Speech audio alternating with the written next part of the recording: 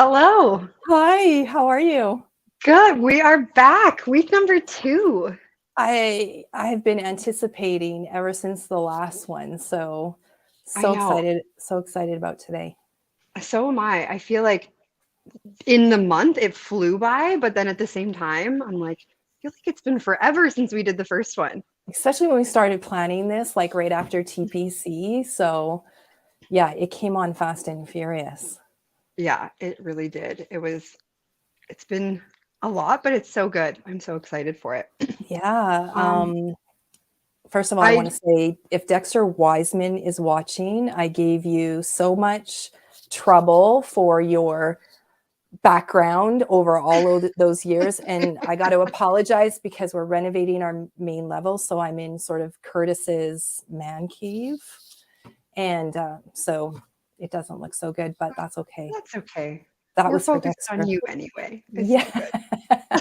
so good. So let's talk about Let's what's get into next. it. Let's talk about what's next for her. And first Yeah. of all, as we kind of enter the agenda of the show, I want to thank you for the outpouring of support since our last podcast, and actually Katie's initial announcement this morning. We've just gotten tremendous encouragement, advocacy, support from all over the country already this morning, even before we've launched this live show. So we just want to thank you. Just so Yeah. grateful for our community. And I think Katie and I are really just trying to do our best to provide different or unique, bring different content and guests to the show as we, look to the future. So once again, just Yeah. thank you everyone for Yeah. for The for amount of leaning in. people like at TPC that came up and talked to us and just kind of Mhm. said like they enjoyed the first podcast or they're looking forward to the next one, and the people who've reached out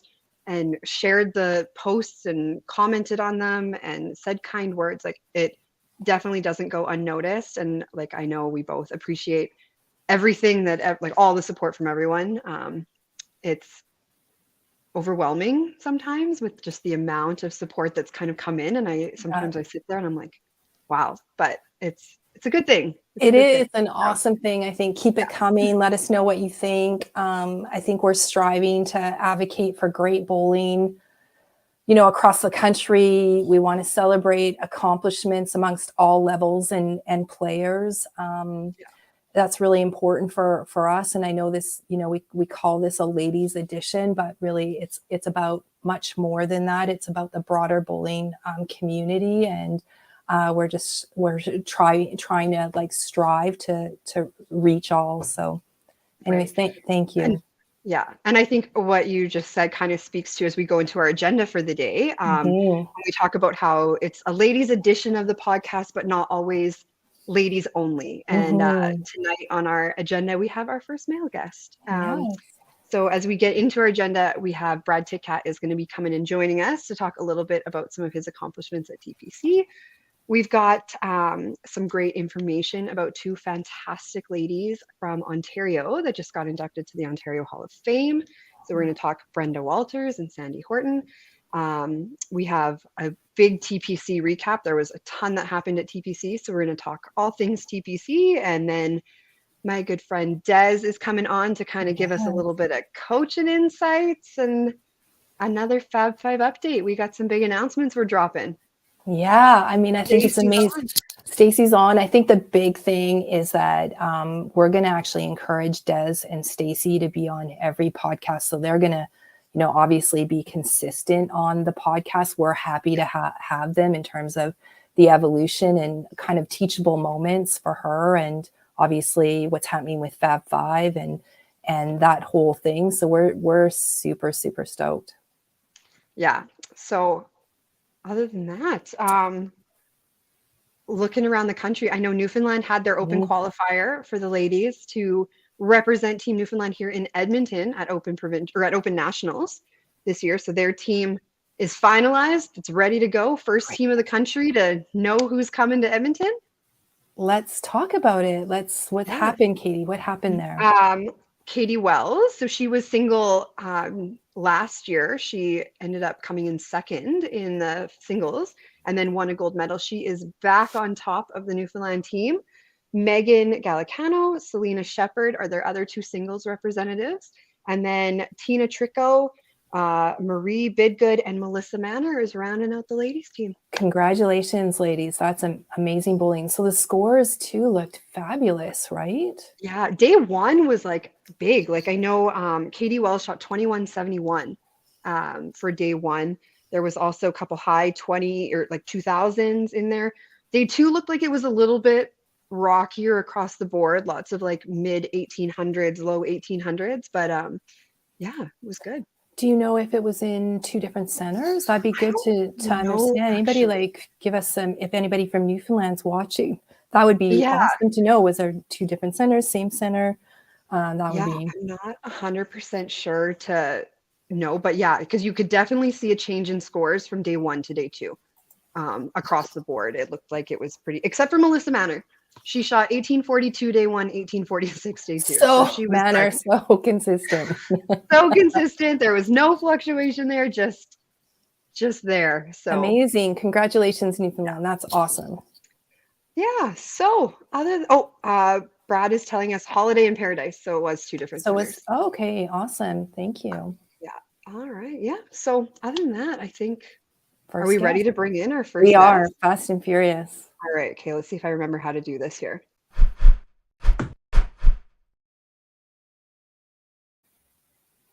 Bradley Tickett. Hi, ladies. Hello. How's it going? How are you guys? Thank Good. you. Good, yourselves? Joining. Thank you for Our first joining. male guest. Thank you.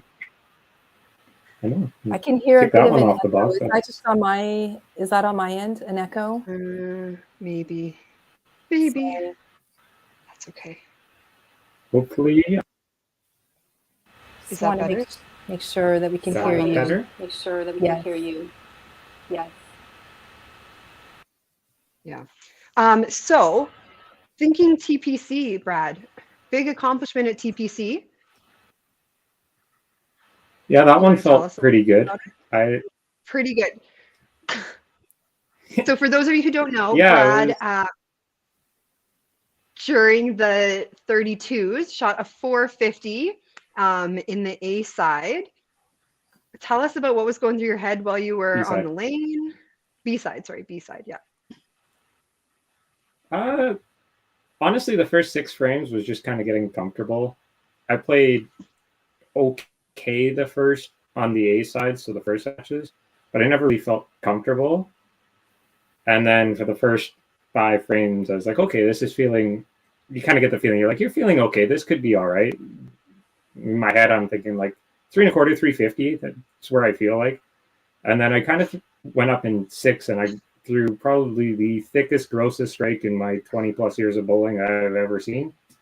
Like Randy Main from BC came over and said, that was the loudest squeak of a strike I have ever heard in my life.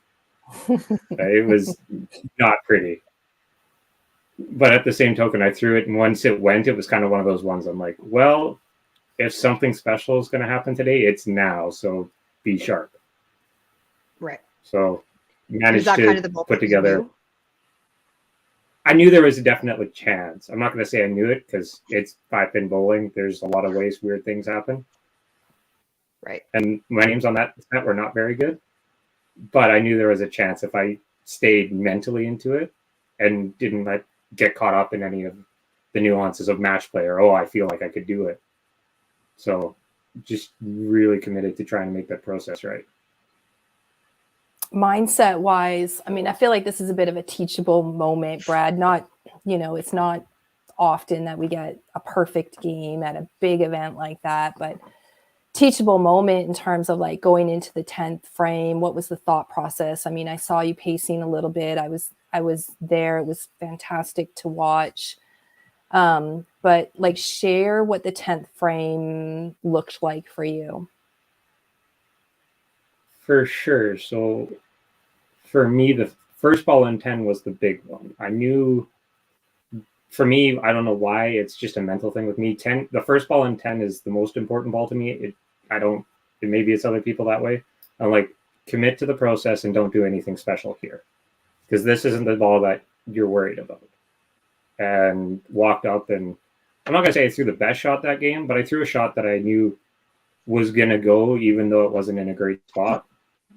It like it was a little close to like a power shot. But then balls 11 and 12, I told myself, don't go up and throw a bowling ball until you know you're going to throw. So I took a little bit more time than I generally do, and thing on bowling and not what my bowling's doing, if that's a good way to phrase it or something that makes sense to other people. Is like my game is derived so much around feel. It's really easy to get caught up, and that felt like a strike, but it wasn't, where it felt like it wasn't a strike and it was. So it was trying to avoid that and just being like, I want to feel like this throwing the ball. Yeah, that makes sense. And so then obviously moving forward, that one was a best 2 out of 3 games. And you came out of that, you threw the 450 first, Yeah. and then did not end up beating Rob Wolfson that match. Tell us a little bit about the next 2 games. Kind of, did mindset change? Did focus No, shift? I gave.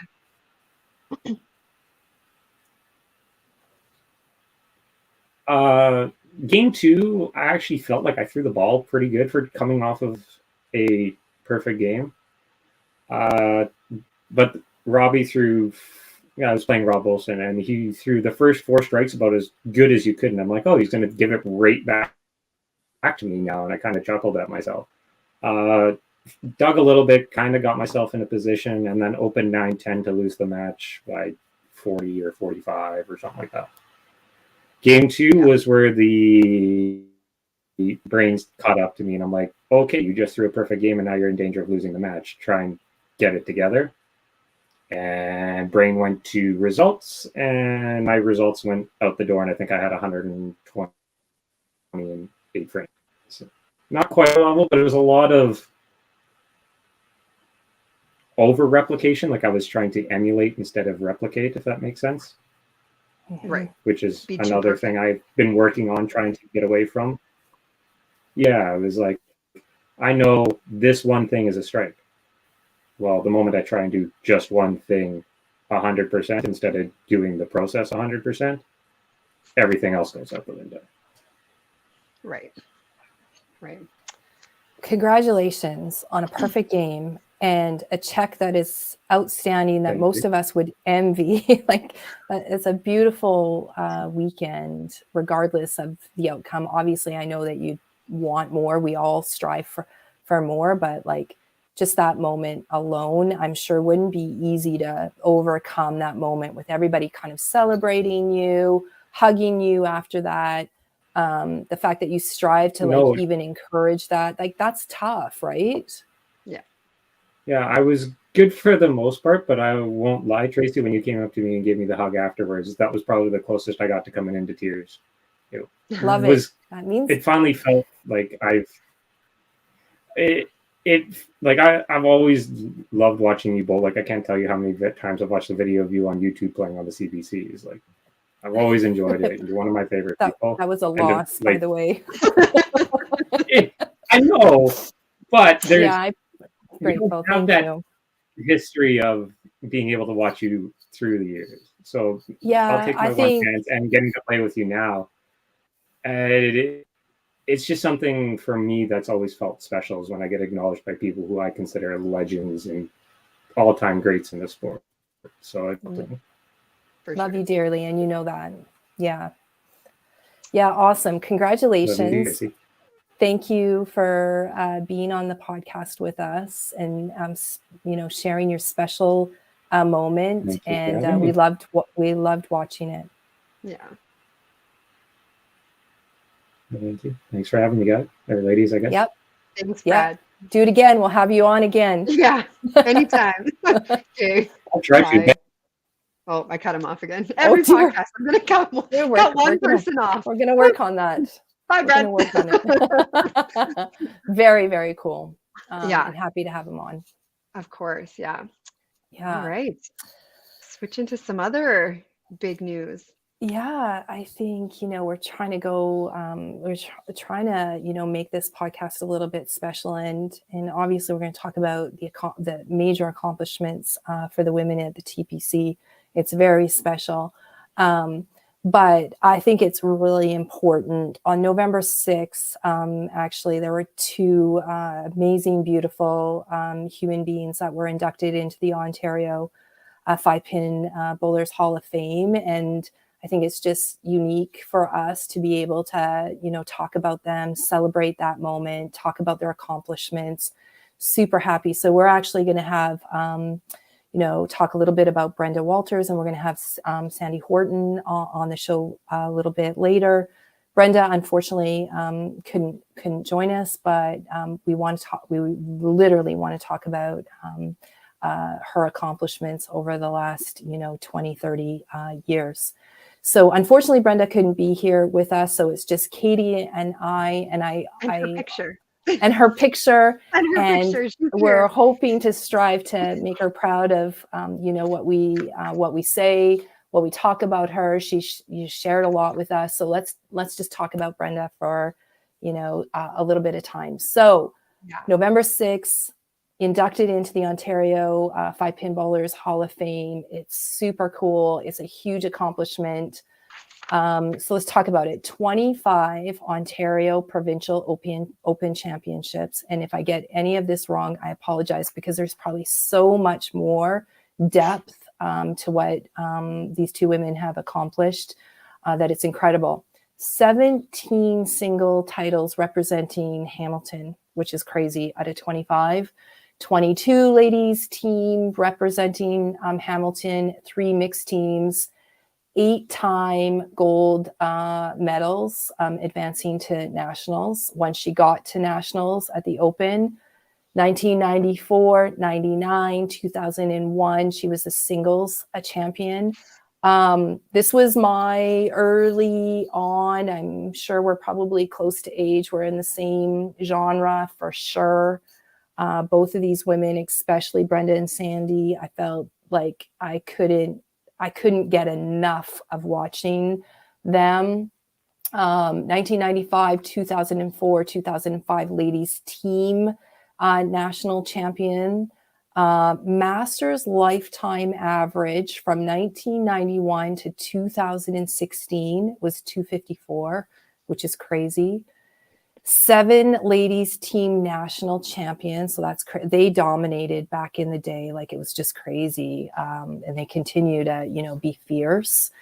2003 ladies singles national champion, and 19 national appearances, 6 as singles, 13 as team. Yeah. Crazy. That's an incredible tournament resume. Yeah, we're not going to stop, because we're not done. No, there's more. Just wait. There's more. Yeah, she's amazing. Yeah. Even beyond that, like some of her personal records, 450. So she's another one who's thrown that perfect game. All of her high personal records are well over 300 average. High triple 1076, high 5 1615, high 10 was 3100. She also did some coaching in 2019 and 22. She was the Open Mixed Team coach, a provincial champion, and in 2022 she was Open National Mixed Team Gold. So at the last nationals over in Newfoundland, her team won gold. I mean, it's unfortunate that she couldn't join us tonight, because this kind of bowler, human, on a personal side, what we could learn, experience from an individual like this, I think would just be fabulous. Even for a short period of time, 10, 15 minutes would have just been wonderful to have her join us and kind of celebrate decades of accomplishments. She's still obviously very involved, doing her thing, but I just want to say, every single piece of what she's given to us, for me as a young bowler, I loved watching every minute of her when she was accomplishing some of these great accomplishments, and she's paved the way. She's a pioneer in our sport, and it definitely needs to be celebrated. Yeah. Yeah. And she has the credentials and the resume that like players like me who are still building my resume just aspire to get to one day, to have that, you know, list of accomplishments like that. It's wild. Agreed. You know, because we have time, I want to talk about what I feel like she taught me as a bowler. Mhm. And we could have like, you know, tons of people who would, but her, she's just so gracious on the lanes for me when I watched her, but yet so fierce, which is fascinating. I would say she was tenacious on, you know, on the lanes, but always so outgoing off the lanes, right? Enjoyed like tons of moments, laughter, you know, drinks, you know, after, you know, the bowling hours. And you could strive to be an individual. It would, you know, it would to be like her. So I watched her in awe as a young bowler, for sure. Yeah. That's incredible. And like, wow. Yeah. Like I'm just like speechless at the moment. I'm like I listening know. to all of the accomplishments. I'm like, I don't think I have anything to add to this. No, I know. I wish speaks for itself. in a perfect world, it would have been ideal to have kind of her, you know, I want to call it her tribe, like her, you know, girls, like even her group to like come on and maybe talk about her a little bowling bit with her. Or, yeah. And you know, that was a consideration that we talked about. But you know, first and foremost, I know she couldn't be here, but I just think it's critical that we talk about. Yeah, see, I love this. Fierce but looked and baby acted faced so assassin. It's so true. It is so true. So thank you for posting that. Like, bring it in. I think it's important that we celebrate her, and grateful for what she's given the sport. Yeah. And she's not the only one. We have two amazing players. Yes. Yeah. So another one, Sandy, often, you know, I would say that she's my sister from another mister. I felt like it's very relatable. Her family was very involved in the sport. Both like my parents were always there, and it very relatable. She obviously accomplished more early on in her career and continued to do so versus me. I felt like I needed to work on it, but we're happy that Sandy actually could join us. Oh, should we bring her in and then kind of go through some of her accomplishments? Yeah, I love it. All right. Yeah. We're gonna bring her in and then we'll start talking all things Sandy.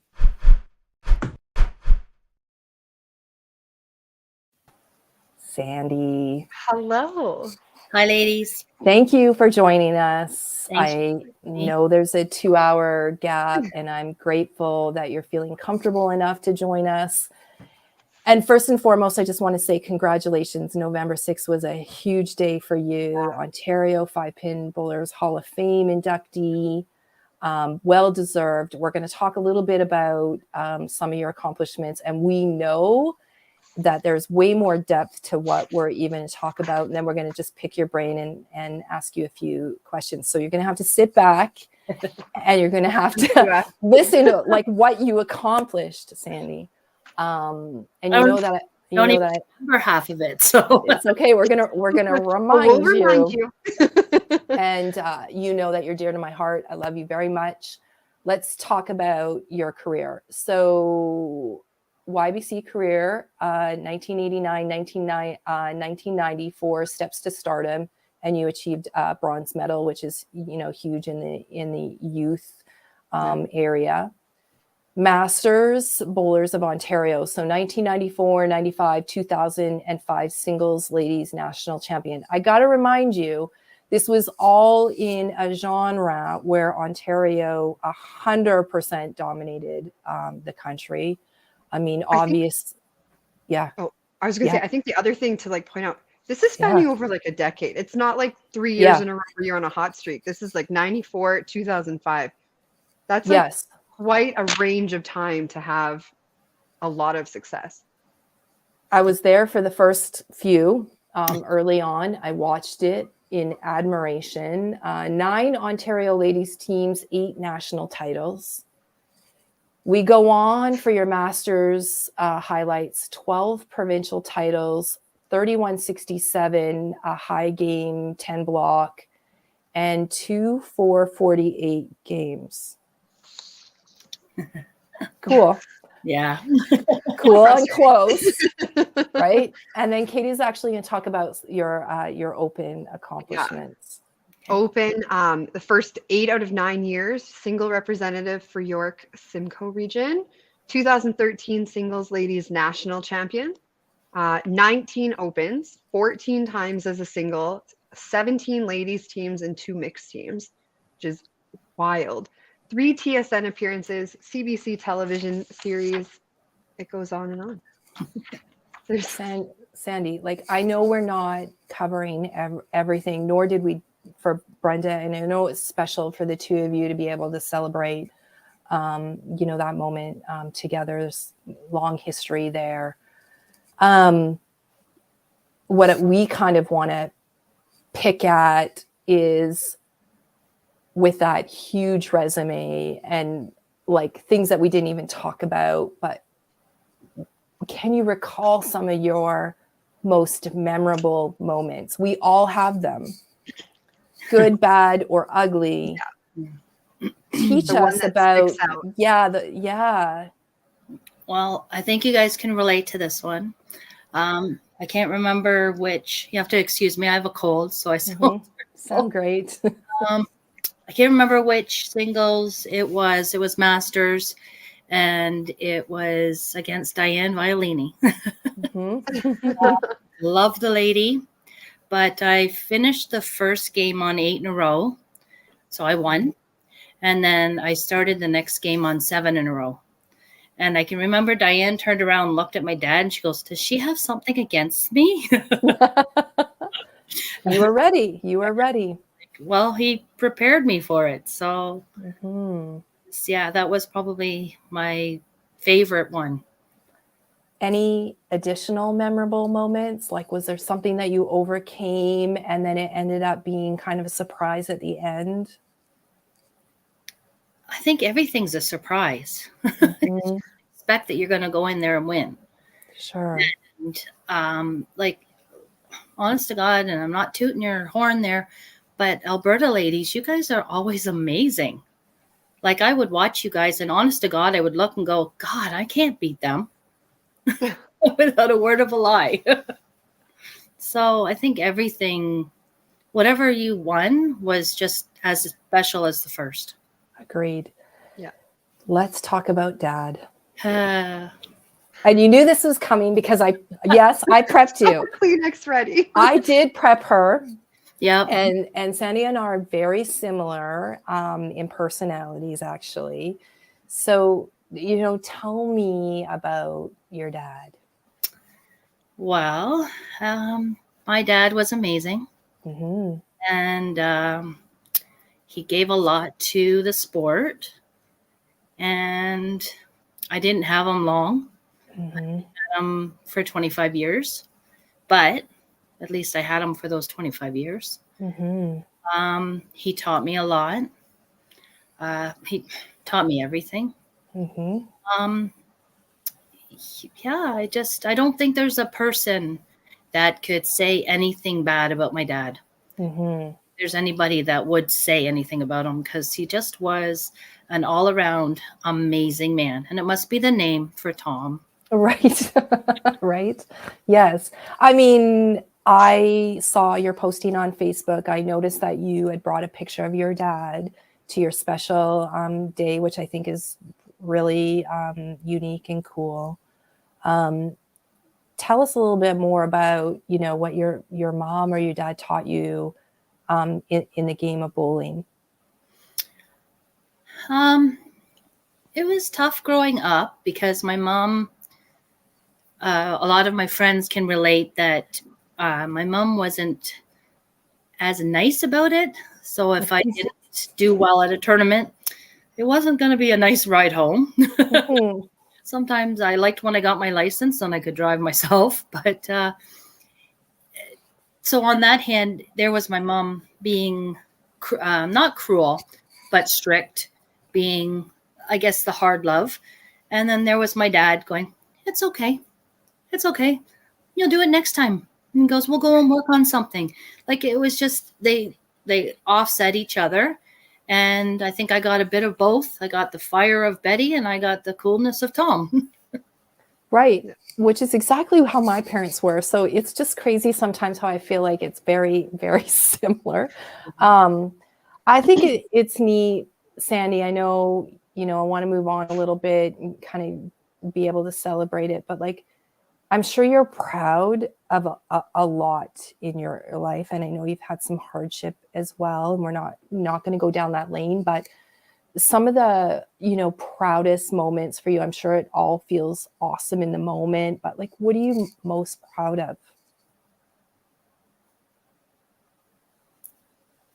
It's a big resume, like huge resume. Lots to choose from. Lots to choose from. And it could be all of it. You know what? I'm just proud of, what I have accomplished. Mhm. There's no one that sticks out more, maybe more the money tournaments, like the $10,000 one. That one was awesome. It was the day after my game final. Right? It's like, Yeah. this is mine. But other than that, I think it's just when Walter was doing his speech at the Hall of Fame, I was like, oh, I did that. Like, it was just, You kind of forget about the portfolio a little bit, right? Yeah. a lot of it when I was younger. So yeah. What's next? What's next for Sandy? Like, what's next in the game? Well, I had a massive car accident in 2019, and part of my physiotherapy, my physiotherapist said, go back bowling. So I went bowling because I had broken a lot of bones and just the movement of everything could help. So I went back bowling, and let me tell you, it was discouraging. Because even though I knew I was healing, I bowled terrible. My average went down to next to nothing.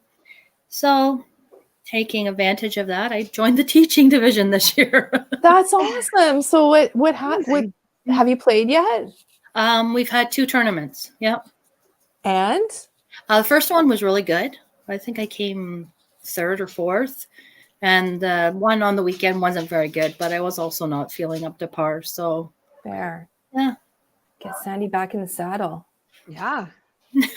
Doesn't matter how it is. I have been eligible for seniors for the last 5 years. I went to seniors again this year too. Yeah. So I get it. We'll still give it another good go if we can. One last question before we kind of advance on, but if you had to give advice to the younger Sandy or any younger youth bowling, coming up in the game, Sandy, what would it be? Believe in yourself. Yes, that's awesome. Yeah, # believe in yourself. That's awesome. Yeah. I'm actually going to take that advice. Yeah. It's not always the easiest, but no. Yeah, I love that. Yeah. Thank you. Thank you for that. Short and sweet. Yeah. Congratulations. You're in the Ontario Hall of Fame. Huge accomplishments. Thank you. Yeah. Country is proud of you. Thank you. Yeah. Yeah. Thank you for joining us. Thank you very much. Okay. Thanks, Sandy. Thank you, Sandy. Bye, ladies. Bye. Incredible. Yeah. Like, both of their resumes are just outstanding. Yeah.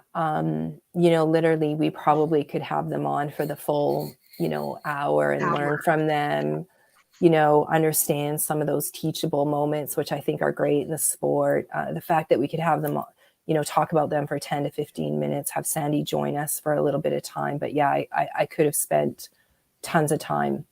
Yeah. Yeah. Just highlighting them. Yeah. Yes. Yeah. Wow.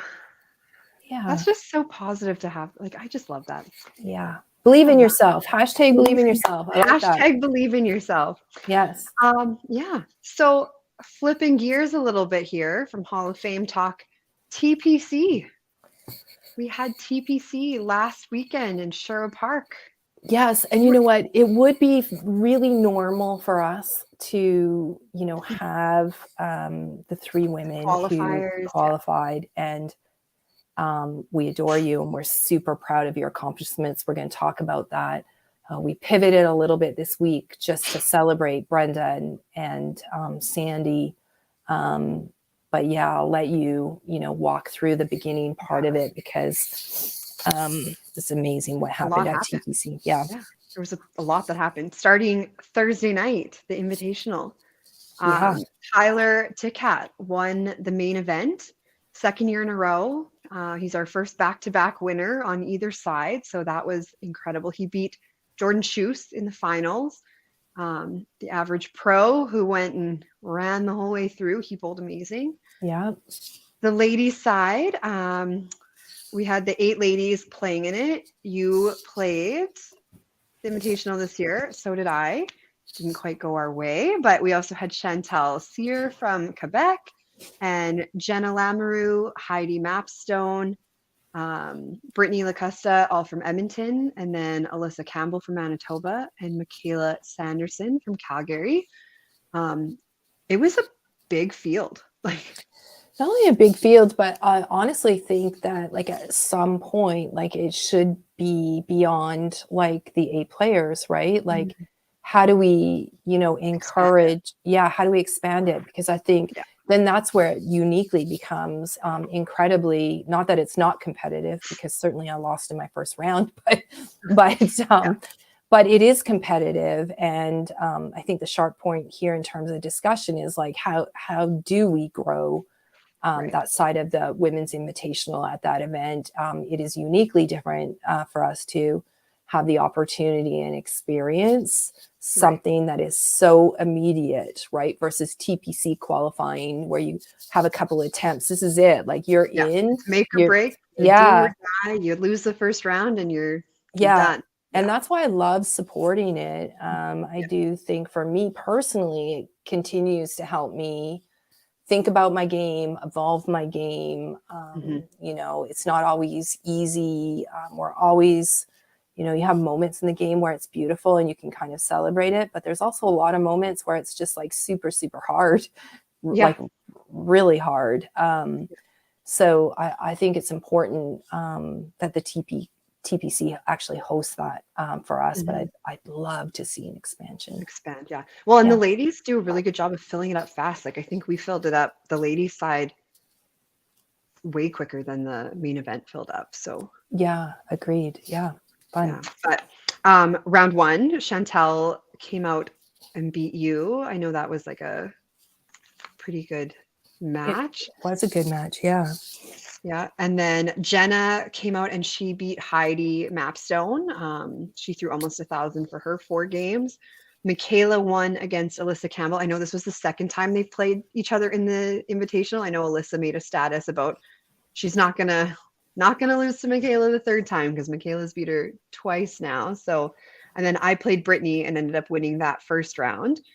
So I played Jenna in the 2nd round and Jenna was solid the whole way. She kicked my butt. So and I think too, like Michaela came out super hot. I think she had the highest total. 1,057. And didn't finish. Right. So she and didn't finish. So it could have been unbelievable. So yeah. And then and she came out and played Chantal. Chantal ended up beating Michaela in the 2nd round. I know me and Michaela watched the finals together, the final round, and went just kind of kicking ourselves a little bit. But and then Jenna ended up beating Chantal in the final. It was close.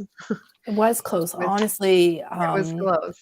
You know, it's getting later at night too. We're probably closer to 11 p.m. for the women. We start a little bit later in terms of the format. So, you know, by the time we do the introductions and then you have a bit of a time lull that we have to kind of sit back and wait for the men to finish, you know, their first round, which, you know, it's not bad, but there's definitely, you know, a lull in terms of what it looks like.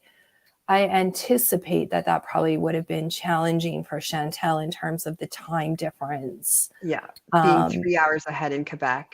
yeah, About 1 a.m.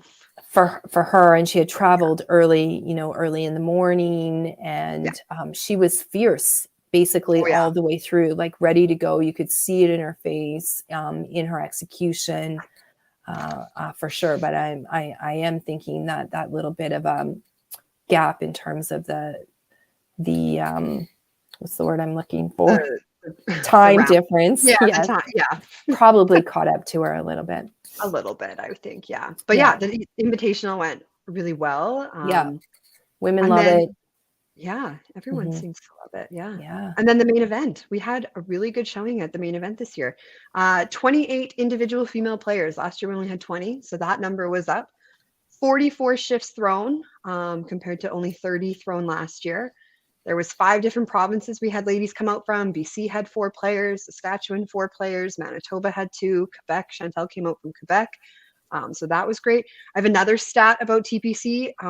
There were 2 pairs of shoes left at the lanes that had to find their way back to an owner. I was told to make note of that. Len and Seth left 2 pairs of shoes at the bowling alley. So we threw that one in with our little numbers of the main event. But yeah, it was a really good showing this year for the ladies. So, and then we had 3 qualifiers. Josie Brooks qualified 30th, and she threw a 21.80. Alyssa Campbell threw a 21.67 to qualify 33rd, and Kelsey Wilton from Calgary shot 21.59 to qualify 35th. So amazing bowling. Watched Josie the last match.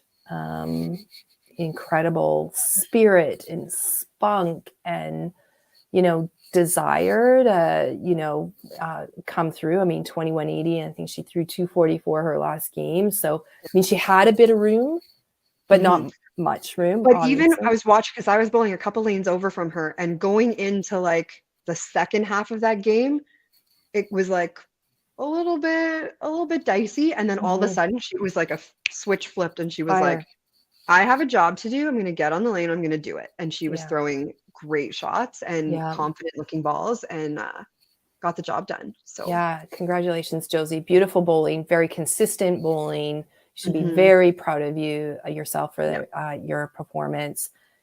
Keep it going. Yeah.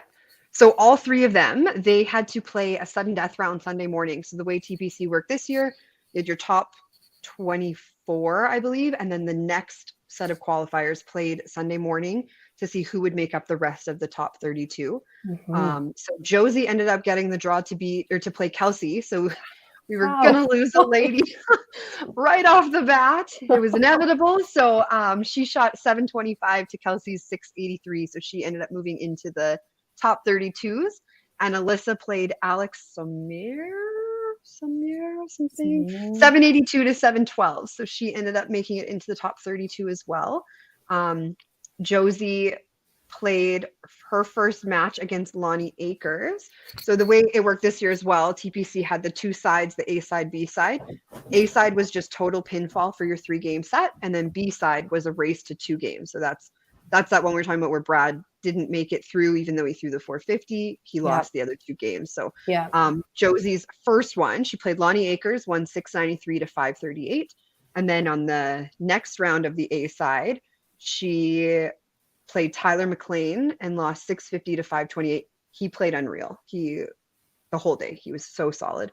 On the B side, she lost in the first round to Dexter Wiseman. He came out swinging at her. And then Alyssa ended up playing Sylvain in the first one, and she lost 764 to 668. So it was pretty close. And then the B side, race to 2, she played Kyle Young and ended up getting eliminated there, but it was great showing from the ladies. Unbelievable. Super proud of you guys. I mean, I think there's just more to come, right? Like as we're starting to see the participation increase, and like we've just had 2 back-to-back incredible WCBT events where we've had women qualifying. So moving on, let's just talk about a little bit of the amazing bowling. I love the ticker. The ticker. I just got a little reminder sent to me about the ticker. Carrie's like, ticker tape? You worked on the ticker, but we love the ticker. Tell us if you love the ticker. Anyways, scores over 350. Michaela Sanderson, 385.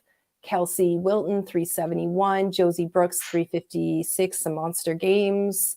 We had 14 games by the women that were anywhere from 300 to 350. Jen Baker threw 343, 325. Chantel 340, 303. Josie 330, 328. Alyssa Campbell 300s, 325, 324, 320.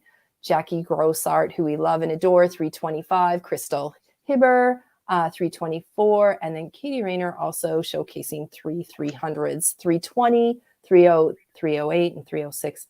I was telling Katie a stat earlier, and I'm going to bring it up right now because we're talking about 300s.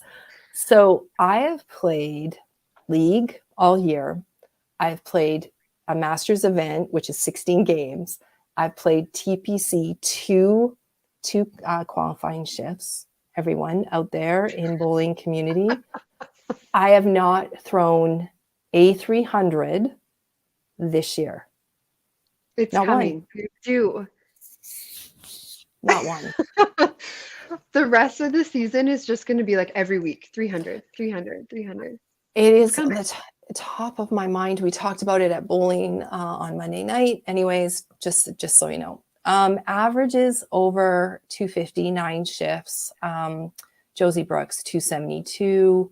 Alyssa, who's been on quite a stretch, at 270. Kelsey Wilton at almost 270. Jen Baker, 263. Katie Beautiful Bowling, 262, just came shy. Tracy Smith, 256. Akira Anseth, 255. Chantel at 251, and then Katie Rayner had another shift at 251. So you're close a couple times, my girl. Close. Yeah. Close. Ugh. Yeah. Yeah. Honorable mentions. I think it's really critical that we talk about Akira and, you know, her discipline and her commitment to the game. Our youngest female to compete at the WCBT. She threw 2 qualifying shifts and they were very, very respectable. And actually, probably she was probably so close to making it. She had a shift at 2041, averaging 255, and another shift at 1942, averaging 242. So, Akira, we're proud of you. Keep pushing yourself. You're incredible. Your display on the lanes is unbelievable. I'm sure we're not in the car ride home with you, with your mom and dad. But what we see from the outside is just this incredible spirit and desire and commitment to the game. And keep pushing. Well beyond your years. 100%. So keep pushing yourself. Obviously, too, Madison Jenkins. She was the innovator sponsor player of the tournament. It was her first time ever playing the WCBT. Nervous. Yeah, I still get nervous. Yeah, she was like, the first game I was standing beside her talking to her, and she's like, my hands are trembling. I can't hold the ball. Yeah. She was so nervous. I was nervous in Pro League on Sunday. Anyways, all good. Anyways, super proud of you. 2 qualifying shifts on Saturday. You shot a 207 average and a 239 average. Congratulations. And I hear that you are super, super excited about Red Deer Traditional. So we look forward to seeing you there. And then also just a remarkable accomplishment by Lonnie Akers, 2 400s during your qualifying shift, 418 and 407. We don't see that often. We wanted to make sure that it was recognized. That's just huge. So congratulations, Lonnie, on your 2 400 games at the TPC. It's kind of like our TPC wrap up. That's Winner amazing. Of the TPC, Brad Mowens, and he I was mean, on the podcast last week. I think it's incredible. And then I look back, and I'm sorry, I'm looking at my screen. Just want to make sure, but like, I think the call out that we had 4 BC players, 16 from Alberta, Saskatchewan continues to support us. Manitoba having 2, players, and then having Chantel come from all the way from Quebec, but there's some consistency that's starting to happen for the WCBT, which I think is incredible. So thank you, Yeah. ladies, for joining us at these events. Yeah, it was great. Mhm. So moving on, our next guest is one of my very good friends. A lot of people in Alberta especially know her, but she's known all over the country because she's had so many teams of youth and adults that she's taken to nationals already. We'll bring her in, and then maybe we'll talk a little bit about her extensive resume and some of the things she's got going on. So I'm just going to find that.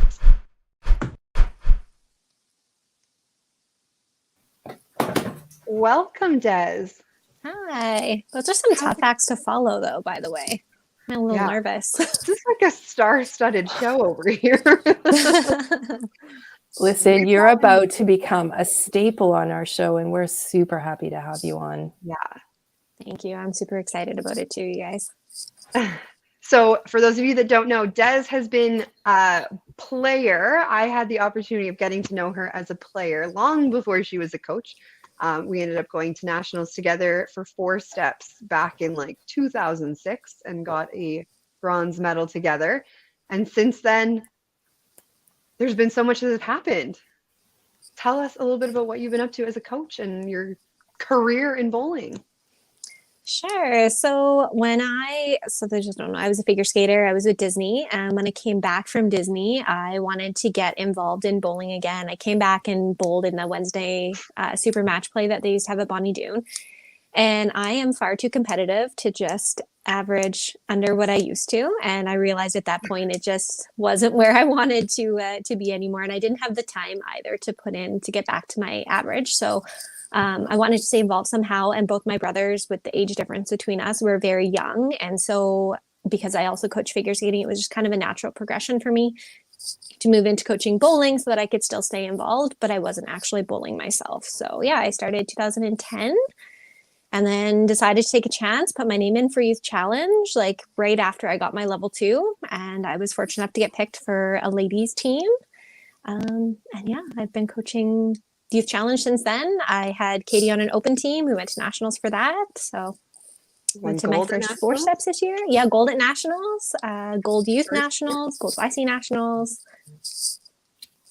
Yeah. Your medal count is pretty high. Yes. Medal count is pretty high. So right now, one of the reasons why we first had thought of you as someone we wanted to bring on, you are running a coaching clinic for some of the Youth Challenge players in Calgary. Tell us about that. Yeah, so I used to run it kind of unofficially, I'm going to say, for quite some time when I had like Tyler, Brad, Trevor, those kind of my OG boys that I started with. And then as I started coaching YBC here in Calgary this year, I decided that I wanted to run something to kind of help those kids get ready for Youth Challenge. There's quite a few that are their first year or they only have 1 year under their belt. And because of COVID, I feel like we missed a bunch. And so the kids that maybe would have had their first year didn't get that opportunity. They don't know about it. Now they're coming in kind of as like the middle of the pack. So to give them some experience with bowlers who are going to bowl Youth Challenge, who've been to nationals before, who have been on the teams, to get them to know each other and see kind of what it's all about. And then for me too, just as a coach, working on some of the fundamentals that I try and preach when I am on the lane with them. Yeah. So what are some of the main focuses you guys are focusing on during the coaching clinic? So a lot of what I do is skills. So I am a firm believer, any of you that have had any experience with me know that I'm big on spares. Strikes, they're a huge part of the game. And when you're in the moment, they just happen. You don't have to think about them too much. But being in a situation under pressure, or when you're up on the lane and you have to get a spare to make it to nationals or make that cut or whatever your stressful situation is, if you don't have that training to back you up, it's really hard to be able to focus on what your body needs to do when you're so nervous. And so I'm doing a lot of like middle percentage hits, spare shots, and then just repetitions really to try and help them feel more confident in their ability to go on the lane and say, okay, you know what, that was a chop off. And you know, how many of you get up there and you go, oh, I hope I don't cherry this third pin, right? And that's all you're thinking about as you're up there, but you might need that spare. And so I'm just trying to instill confidence in each one of their shots. Amazing. I mean, when I first saw on Facebook that you were, hosting that little coaching event for the youth, Des, I couldn't have been more proud on it, honestly. And I don't do any coaching myself. So the give back to the sport, I think, is incredible. And the teaching and the learning that you're giving to the youth, I think is outstanding. I think just too, even the evolution of the thought process of bringing like a seminar like that for the kids is not something that we traditionally see in the sport. So that actually kind of breaks a little bit of boundaries for the sport. Do you plan on continuing it? Like, what are you seeing from the kids? Are you seeing a little bit of a different mindset? Are you seeing the evolution from them or growth from them? Tell us a little bit about what you're seeing. Yeah, so there's a couple that, first year they're having some difficulties with averages, say where they want to be. So my goals with them and what I'm working with them are different than some of the kids that I have that I'm going to say are in that more elite group. So going forward, I would like to be able to continue, and I would like to be able to come up with some type of training program or seminar where I'm focusing on the ones that are in a learning to compete phase and the ones that are in the elite phase where we're training to win or training for a medal position or qualifying for nationals. So I would like to be able to, in some way, continue what I'm doing. A lot of what I do comes from my skating background. And for me, talking about like breaking barriers, there's a lot of times on the lanes when I was being coached that I found compared to what my skating coaches were giving me, it was different. And we're all still athletes at the end of the day, whether it's bowling or it's skating or it's hockey, whatever you're doing. And so I felt like there was a disconnect from how my coaches outside of the bowling world were talking to me as an athlete versus what I was getting in the bowling community. And so I've really tried to kind of bridge that gap. And part of these like seminars and training things is taking what I would do with my skaters and just adapting it to be a bowling thing, because we're still training to qualify. We're still training to compete. We're still training for medals, and our seasons run very parallel to each other. And so you're going to have the ups and the downs. And how do you then start to say, okay, you know what, I have a big tournament coming up. Maybe I need to back off a little bit, because you can't be at your peak all year long. You just can't, right? Right. And so, yeah, helping the kids try and manage that. Yeah. And I think for me, like having the opportunity to bowl with you as a competitor, and then also having the opportunity to have you as a coach when you took us to nationals, I think you just bring so much to the table because of your background, because you have that competitive bowling side, the competitive figure skater, even with your line of work with the massage therapy, you kind of know how the body works and the muscles, and you have that knowledge as well that all kind of comes together. And being at the high level of figure skating, you have the mental side down, and you just have so much to bring to the sport and to the young players and to like the old players like me. And I know there's often that I'm like, Coach Des, I need you. Coach Des, help me. I think too, that's why I think it's so important that, Des, thank you for kind of like leaning in and, supporting like our ladies edition of the podcast and actually being a staple. We've asked Des to actually be a staple in our future podcast, because I feel like there's so much more that she can contribute even through this lens that I think would be really important. Again, want to link it back to like what's next for her and how, whether you're a brand new bowler or you've got decades of experience, like, you still go through this mindset that can be at times very challenging or easy. And I think Des, I'm really proud that, you're going to be able to join us on a weekly basis, like coaching tips by Des, I think is going to be need like a slogan.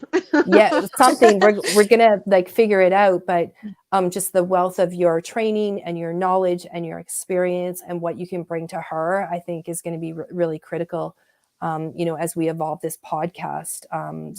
Thank you for giving a little piece of your time for us in the sport. Yeah. And if anybody has questions that they're wanting to know, like the coaching side of, or if you're wanting to pick Des's brain, let us know. We are more than willing to field some of those questions to her and get those answers. So.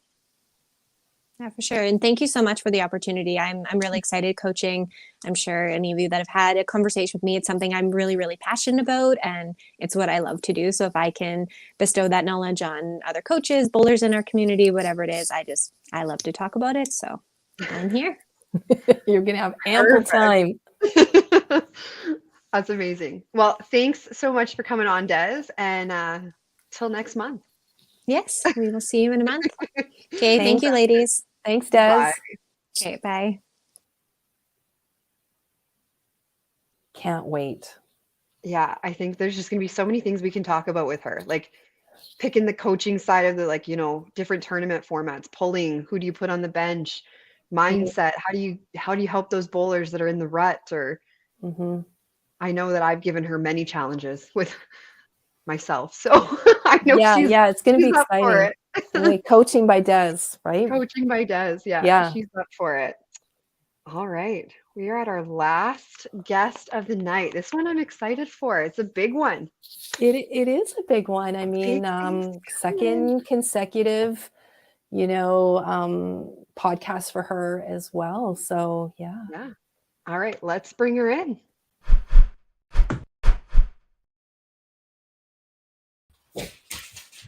Stacey with the Fab Five logo. Look. Thank you, Michaela, for the Fab Five logo. She did an excellent job. I know we talk sometimes in the past, we've been on streamlining where people have talked about Goosebumps. When I saw the logo around Fab Five, I think it's fresh and youthful I and love the colors. awesome. So thank you, Michaela, for doing that. Yeah. It was a quick Tracy moment today of maybe Stacey could put a logo together, talk about it for 5 minutes with Fab Five, get home. And I'm like, Michaela, could you make it a background? How'd you do that with your Yankees thing? Like, oh yeah, I could do it.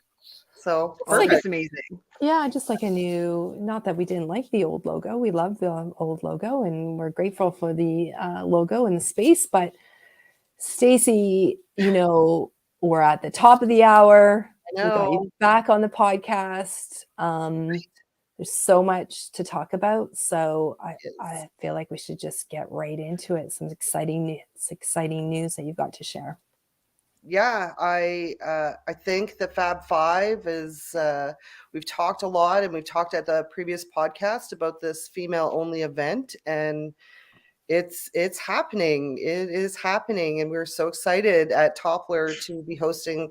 I was gonna say the very first ever female event, and I don't know if I hold this up if you guys are gonna be able to see it, but Don Sim, and we all know Don Sim has the archives of archives, Of brought everything. this powder puff singles tournament, ladies only tournament in 1974. So just a little archive, really funny to go through. I think I'm going to post a little bit of it because it's quite interesting. 46 cents per game lineage back in 1974. Wow.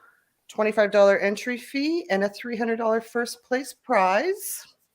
1974, Stacey, women's only event. Isn't it kind of incredible that we're actually talking about an event for her in 2023? Have in 2023, yes. 2023, when there was a women's event that was in 1974. So it's kind of like just an evolution of maybe what was already there, hosted in Calgary.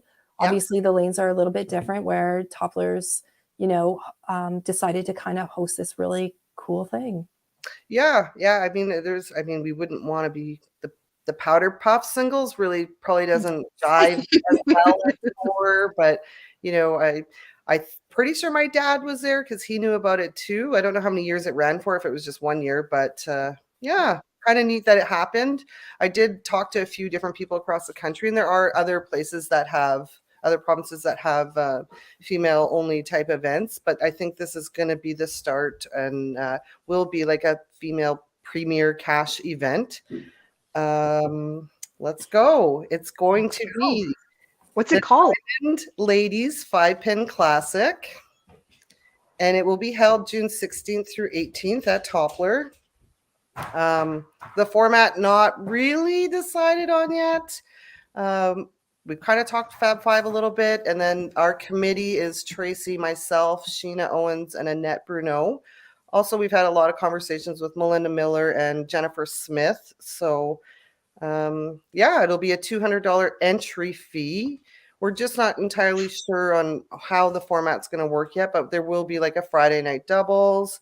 It'll just be a fun, like bringing women to the community, right? Like having us all together to support each other and to have those moments that the men, and I shouldn't say just the men, but a lot of the men get at the main events where, you know, this at TPC there was 3 women, so it was nice. That's 3 women getting those experience, those moments, right? So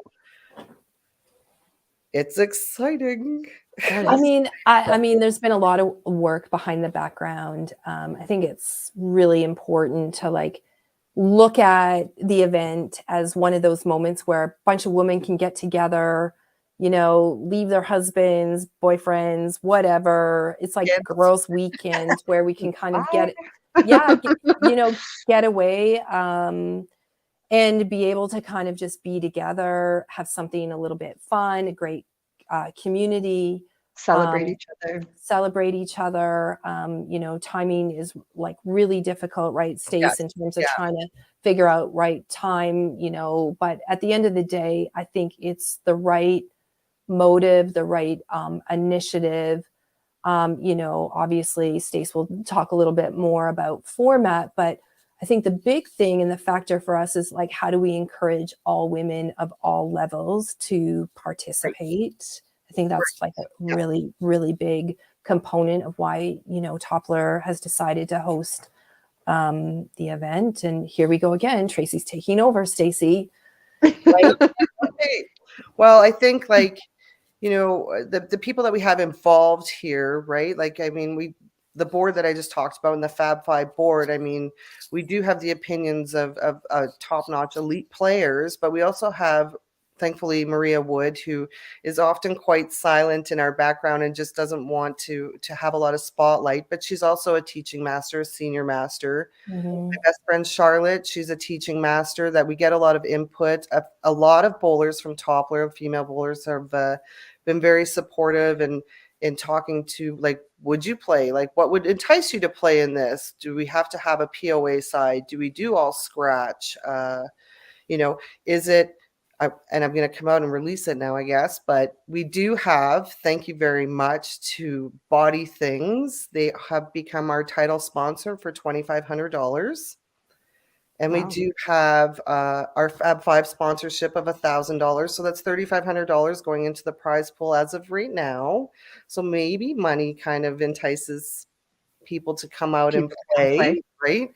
I do have about 3 or 4 sponsors in the works right now too that we're just trying to keep working and keep building, right? Like I don't think that we expect, you know, 100 women. I mean, we would gladly take it, right? But Right. Sheena keeps just saying, you know, if you build it, they will come. And I think it will come. And I think it's going to happen. And I think it's going to be inclusive for all females. And like Tracy and I and Sheena and Annette talk about all the time, it's building this community to be together, to have these experiences, to promote each other and enjoy bowling, right? And there, you know, there's lots of different factors that go into, and a lot of people, I can't hardly imagine the people we have to thank, Trace, but like right now, I know like Cindy and Tim and Mark and Anthony for like constantly, I'm like, how do you run your payout for this? How did you do this tournament? How did you do this? Just trying to put together different ideas. But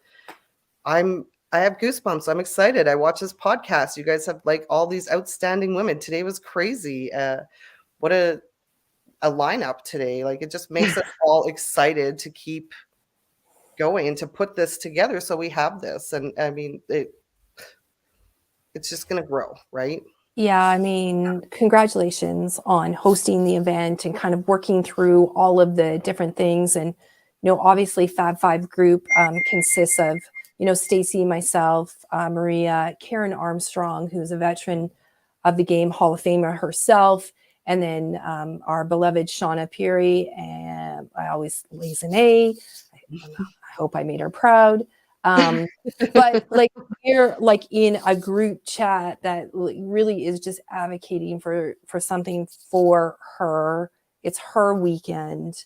We're just striving to, you know, be our best for her. And I know I say that a lot, but I just think it's like really critical. Timing may not be ideal. I think, the other thing is we just want to talk about, the support, the encouragement, and the advocacy that we get from the bowling community. We're leaning in, obviously, for continued support around what this could look like for the future for her, whether it stays with the same timing, in future years or not. But it's something that, we're kind of digging our heels into. We want there to be consistency. We want there to be something for our children, like for upcoming women in the sport, whatever their moment is, right? At whatever age and whatever level. And I think that is what this Diamond Classic is all about.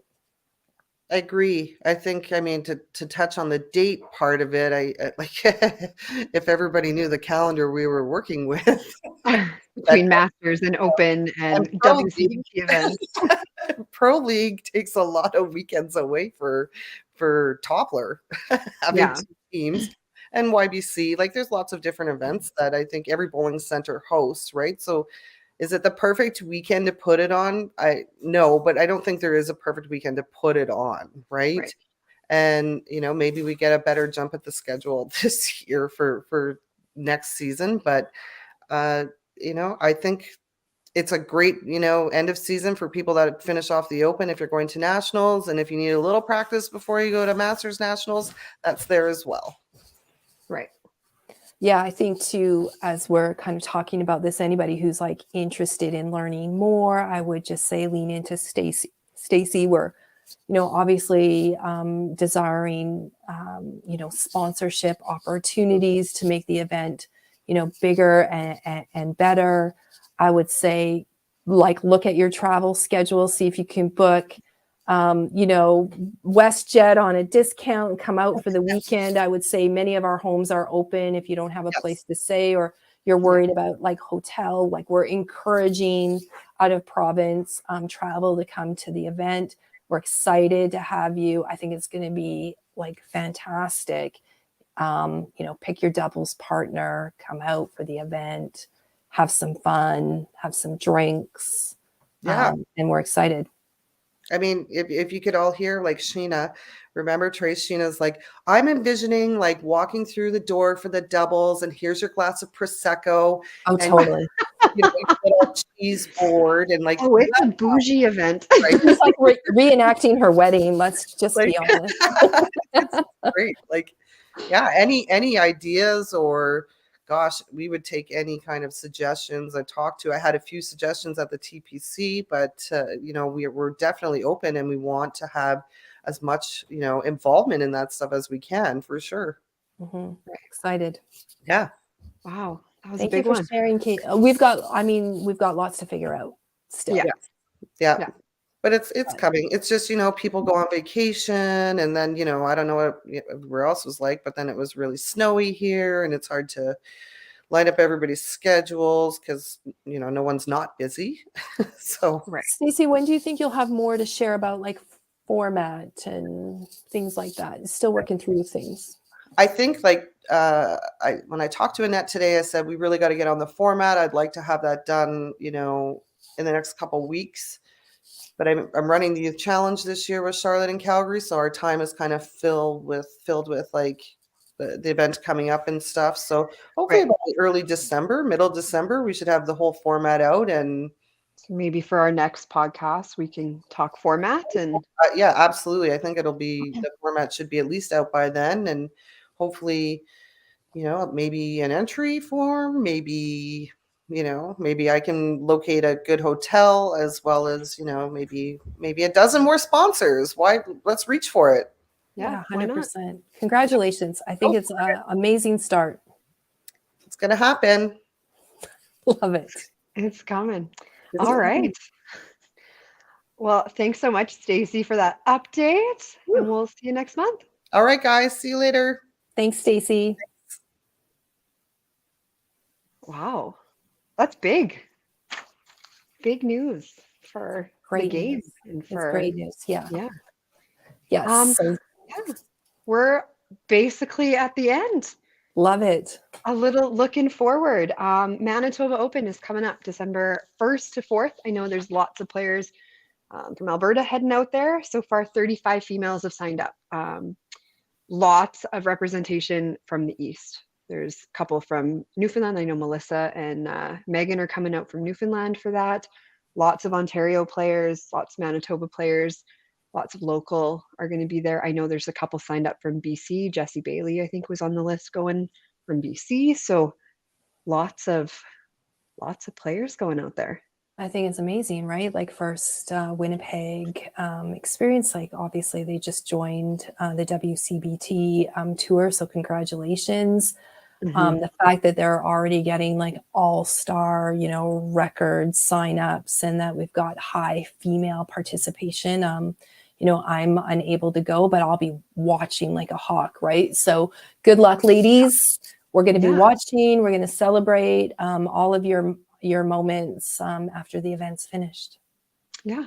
And then we have a podcast after that. December 21st is our next ladies' night, just in time for Christmas. Yeah, I hope everybody enjoyed tonight's podcast. I certainly enjoyed it. Katie, thank you for letting me co-host. It's been a pleasure. Thank you for being here with me. It's been a pleasure. Like to everybody who's been watching and all the 5-Pin Universe guys for giving up the night again and letting us come on and take over your baby that you've molded and formed into this nice thing for everyone. And yeah, that's awesome. Okay, so enjoy your night. Thank you everyone for watching and joining us.